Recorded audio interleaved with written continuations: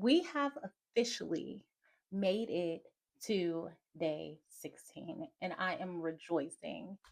Today's scripture comes out of Isaiah, and it's actually the scripture that I have been declaring over the past couple of weeks that we've been doing this, which it's like really I'm like so pleased with myself that I have actually been consistent at this for at least 2 weeks now. Listen, hats off. Okay. We have made it past 2 weeks. I don't think I've ever done it for this long. So, like, kudos, right? So, the scripture actually says, "Fear not, you will no longer live in shame. Do not be afraid. There is no more disgrace for you. You will no longer remember the shame of your youth and the sorrows of widowhood." There's one translation that actually mentions no longer remembering like the sorrows.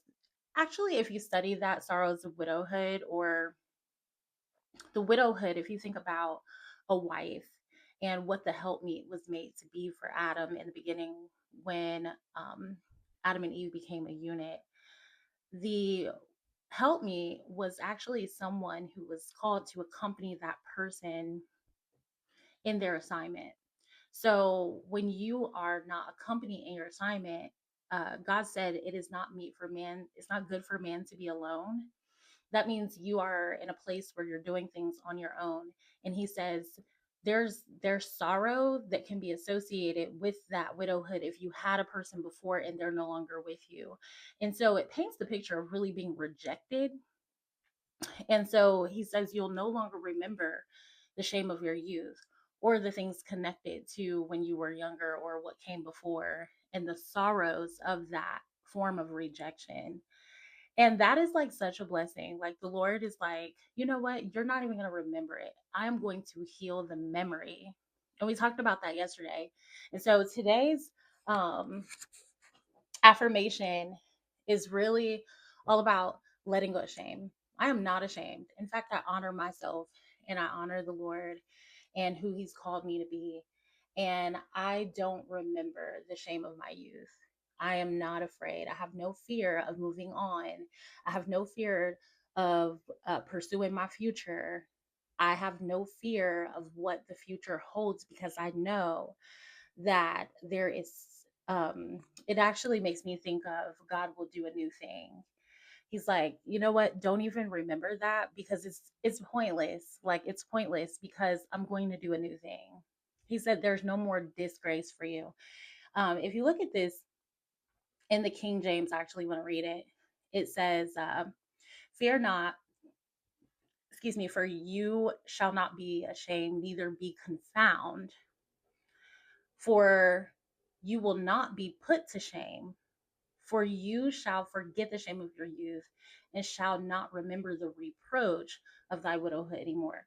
This word confound, he said, neither be confounded. This word, this is actually a verb that means humiliated or put to shame, reproached, or insulted. So those things that made you feel like insulted, if you think of like maybe even growing up in school when you were rejected or bullied or people hurt you or insulted you or talked about you behind your back, he says you will no longer even remember that. You won't be in that position anymore.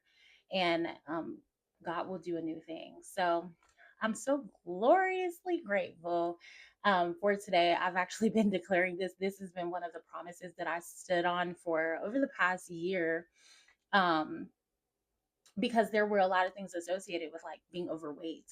And I'll actually um, share a photo and I'll go so there's actually a lot in this. I was talking to a friend of mine today, and I was mentioning how over the last couple of years, like I had did so much work to shed weight. I shed 130 pounds at one point, and then to have gained like a good portion of that back, it felt so shameful. Like it felt humiliating, and sometimes it's actually very uncomfortable to be in a bigger body.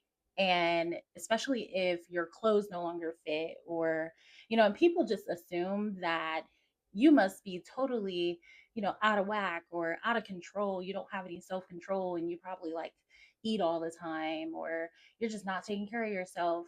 And so when you have like things that happen like that, or you've battled with this throughout your life, um, it can really weigh on you. And there's a lady, I don't want to call her a girl, there's a woman that I follow on YouTube, and I've watched her journey, and it's been so inspiring. Um, and actually, I'm going to tag her in my description, because she's actually one of the people that I was like, man, watching her videos inspired me so much. I was like, you know what? I should really share my workout journey, and even share the fact that I had a before, then I had an after, then I had a before, then I had an after, and I had a before. But seeing someone have the courage to share their journey was like, man, that takes a level of vulnerability that I was just not ready for. Um, but I'm on this journey. I'm gonna do it. I'm gonna keep going, and I'm excited for those who have decided to walk alongside me, and for those who are actually on their journey as well. So if you're watching this video and you're on this 30-day, first of all, if you're not on the 30-day challenge, the faith challenge to our God-given identity, I would invite you to join, like come along.